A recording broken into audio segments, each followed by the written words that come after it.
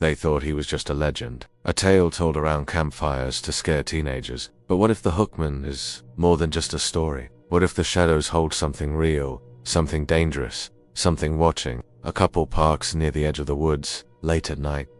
And then silence. Police reports were filed, but no one was ever found. Just marks, deep, curved scratches, like something had tried to get in. They hear scratching on the car door. Thinking it's an animal, they drive away. When she was a child, he refused to drive near certain back roads. The figure in the dark, and always the same ending, vanishing before anyone can fully explain what they saw. Maybe it's just our fear of the unknown. Maybe it's our minds creating monsters to explain the things we can't understand. Or maybe, just maybe, the Hookman is more than a legend. Maybe he never left. One night, he told her why. He and his friends had gone out for a night drive.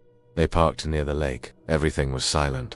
Then, tapping on the back window, one of them looked. He screamed. A man stood behind the car, one arm missing, the other replaced with a metal hook. They drove away in panic. Later, they realized one of the windows had deep cuts, fresh, sharp, like something had tried to cut through. When they get home, they find a hook lodged in the door handle. Today, we journey beyond the myth. No more just stories whispered in the dark. We present to you real accounts, testimonies from those who claim they saw him, heard him, felt his presence. And once you've heard their stories, you might start to wonder if he's out there right now. It begins in a quiet town in West Virginia. That same year, 3 similar reports came from towns within 50 miles of each other. Scratching noises, a dark figure, the sound of metal dragging on concrete. Another story comes from Illinois. A man walks alone after work, cutting through a shortcut near a wooded trail. He hears footsteps behind him, but every time he stops, the steps stop too.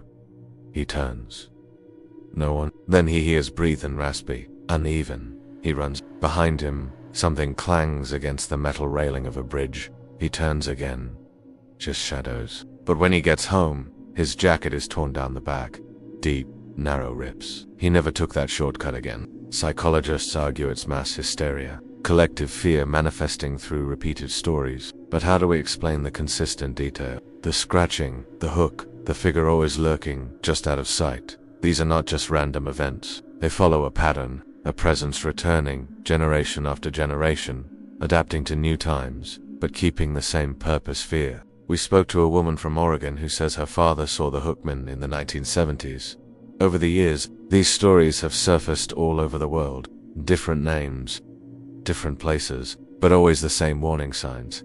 So why do these stories persist? If you've ever experienced something strange, something you couldn't explain, something that felt like you were being watched, maybe you were closer to him than you think. Because legends don't just fade. Some wait, in the dark, in silence, with a hook for a hand.